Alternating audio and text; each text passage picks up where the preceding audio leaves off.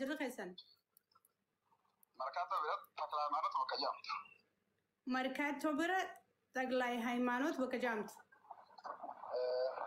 اوكي فيزا guyyaa meeqatti namaani dhuma yookaan baatii meeqatti fiiza nama afaan beekuu torbaanini deebisnaa fi ati piroosee Itoophiyaatu wajjin guyyaa 15 gadi deebiin barata darbe afaan beeku namni afaan hin beekne immoo ji'a tokko ta'ee ji'a lama ta'ee akka carraa isaati guyyaa 15 deebi'uuf inni jira kaarabni filatee ergetti onlaayinii irra jira waan ta'eef jecha namni isaan filatan kun nuti siistama keenya irratti onlaayin goona achirraa ergaa fiizaa laalee nama isaa ta'e jechuudha.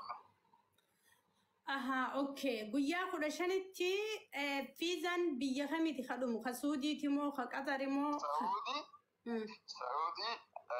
Dubai, Qatar, Jordan. Biyya Afran kana ni dhumu. Okay, waan tokko si gaafachuu barbaada kanarratti. Namni isin ergitan yoo akka tasaa biyya sanitti madaamiin itti toluu didde dalagaa yoo itti guddatte yoo namni san dhukkubsate ni deebistammoo namni san hanga kontiraati isaa fixatu achuma ta'a dhukkubsate itti madaamitti hammaatte itti bareedde yoo dalagaan hin taaneef. Laal warra dalagaan itti hammaattu dalagaan dhugaadhaan nama sanitti jabaattee hamtuu yoo taate irraa jijjiirreessuudha namni honumni nama wal dhaba waan ta'eef jecha irraa jijjiirraa jechuudha. Ammoo yoo madaam jalloo taates irraa jijjiirra yoo madaam alaga ishee haamata dhoowwatte nuti asii maallee keenya haamata akkaantii isirra gashinee madaamii funyaa qabnee irraa funaa jechuudha. Aha, seera qabeessa jechuudha. Waajjirri keessan? Maallaqa dhoowwachuu hin dandeessu. Amma kudhaniitu yoo dhoowwatte isii asiin aynee fi nuti irraa fudhannu funyaan qabne. Dalayduu isin biyya Arabaa ergitan saniif maallaqa neeqxaniifiiti isin madaam irraa kasastanii fudhattu. Keenya mana inaaf maallaqa isiidhaaf. Keenya aynee fi nuti ammoo madaam irraa funaa jechuu seeraan. Madaam akkamii kasasuu dandeessan? Isin Itoophiyaa jirtanii isin biyya alaa biyya. Biiroo agriimentii hojii goon isaan tokko irraa fudha. Okay, biiroon is wajjigootan biiroo dhaabbata warra biyya Arabaati moo warruma Itoophiyaati? Dhaabbatuma akka keenyaati. Dhaabbatuma akka keenyaati. Kan dhalataa lammii Itoophiyaati moo lammii biyya Arabaati? Ta'u lammii Itoophiyaa biiroo banachuu hin dandeessu biyya namaa dheeyte lammii biyya sanii Saudi Arabiyaa. Okay, afaanuma Arabaatiin walii galtanii jechuudha. Galatoomii dalaga gaarii harkaa qabdanii kanumatti kanum gaaffii kana wal fakkaatu isin amata meeqaaf ergitan karaa biyya Arabaa? Gaaffii bareedu amma lamaaf erginee barbaadde moo isin itti dabalachuu dandeessu namni sun maaftii isiitiin jechuudha. Aha, isin ka godhuu dandeessan amata lamaa fi yoo warri itti tole yoo dalagaan itti bareedde waggaa lamaas dabalachuu dandeessi waggaa sadis dabalachuu dandeessi. Mirgasi itti fadhiisii ibsa. Okay, galatoomii. Bakka dhukkubsattee jettu san gartee hundugaadha fayyaa jira du'aa jira. Yoo neefi isiin dhukkubsattee gartee haga lubbuun baatutti illee taatu taate inshuraansii asii irra kaffalamee jira. Reefki isiin hagayaan kabajaan deebi'a.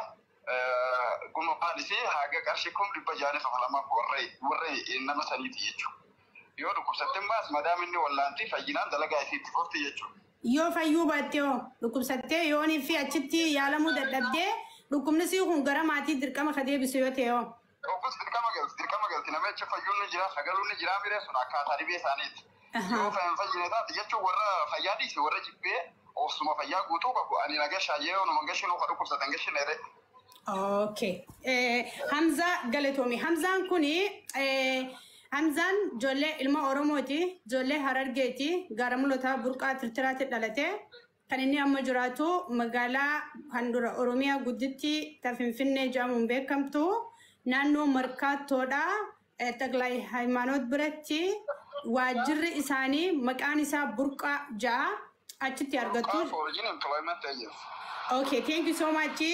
Yeroo tokko bilbila kan kee maqaa yaamuu dandeessaa kan hawaasatti si argatu? Barreeffadha. Kallattii telegiraamiinis argachuu danda'anii. Duwwaa 936 duwwaa 564. Okay, akka tasaa namni iskiriptoon qopheeffatin namni barreeffatin yoo jiraate qophaawa. Obsi. Duwwaa 936 duwwaa 564. Okay, thank you so much. Kuni email damo, WhatsApp damo, maal irratti argama? Wanti guutuun isaa isuma kanaan jira. Imo Guutu okay barreeffattee jirtan. Amma dhiiraas dhalaadhaas akkasitti ergitanii jechuudha. Hamza. waan guutuu kanumaan argatan. WhatsApp, Telegram, Imo. Galatooma warri barreessitanii. Okay, nama umriin isaa hanga umrii meeqarraa haga meeqaatti namni isin fudhatan? Umrii 20 takka irraa eegalee 20 illee nama funaati 20 majee irraa gata 20 irraa eegalee akka 35. Umriin 20 irraa eegalee hanga 35ti. Okay. Thank you. Sani nama maatii qabus nama maatii hin qabnes san numa fudhatan jechuudha. Maatii qabaattes jechuun Luisis Moobaan namni fuudhamti. Nammoo jarri kunis garaa qabaachuun qaban. Garaa qabaachuun hin danda'amu. Dubartii garaa qabdu fudhatanii jechuudha. Sanii fi Luisis tun fuun. Fi nama dhibee adda addaa qabu tokkollee medikaala kan dabarree hin fuun ammaas. Fakkeenyaaf dhibee maal irratti ka'uun ta'u? Doktara Asli Hussein amma medikaala godhamtaa. Medikaala guutuu godhamtaa. Innis qopheessinaan qoftee jechuudha. Medikaala hospitaala godhataa miree dhiiga ta'e. Medikaalli keessuun qoftee jirta hospitaalli siin jennaan nutillee sin fudhannu. Amma fakkeenyaaf dhukkubni hedduudha. Dhukkubni nama ajjeefnee jira. Dhukkuba yeroo hunda nama dhukkubu kanuma dalaguu dandeessu jira. Dhukkuba fadheellee yoo qabaateen fudhatan jechuudha. Dhukkubuma fadhe dhiiga keessa mul'anne. Dhukkuba dhiiga keessatti mul'anne yoo ta'e okay. Rakkoota kallee hin qabu. Hamzaan kuni Oromoo Saudi Arabiyaa ture. Saudi Arabiyaa waggaa dheeraa dalagachaa ture. Saudi Arabiyaa irraa gara biyyaatti galee gara biyyaa Harargeetti galee Harargee irraa ol deebi'ee magaalaa Finfinnee qubatee Markaattoo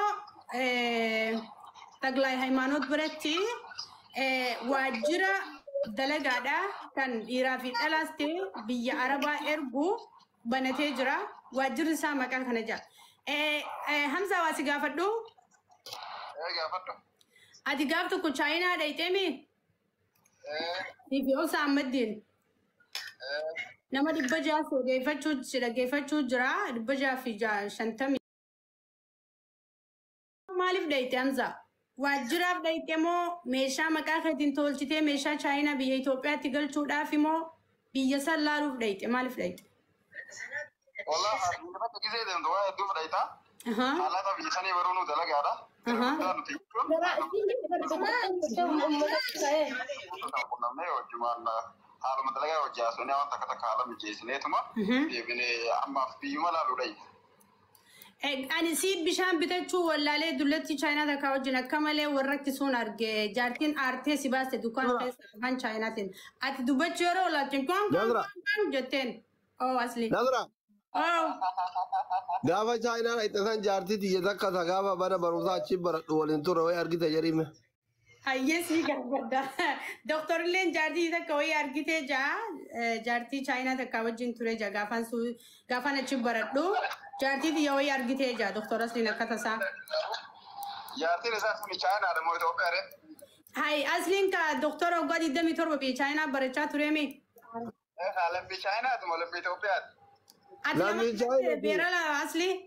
Gaafas akkuma torba itti ulfeessatti ilmaan torba biyya keenyatti dhaluun hin ulfaataa biraa baqadhe way argite jedhee ilmaan kiyyalee ta'u ta'e Chaayinaadha akkuma garaa godhatteetti akkama geessee ilmaan torba garaa qabdi naan jaanni akkasittiin baqadhee Itoophiyaa galee je Chaayinaan ilmaan torba dhalti. Itoophiyaattis biyyaa jee jiraatee faachisa saniifuu lammi Itoophiyaati moo lammi Chaayinaati jaartiin ta'e? Chaayinaa jedhee. Okay, tanuma wajjin wal kiraa kirreessan irree jaartiin isaa.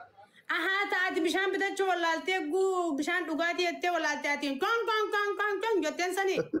Sanuma jaartiin aslee sanuma. Wayyumaa si kan ilmaan biyya maali jiran guguddatanii jedhiin wayi gaafatte jedhiin. Ijoollee nama 800 waa yerootu si gaafachuu si dhaggeeffachuu jira.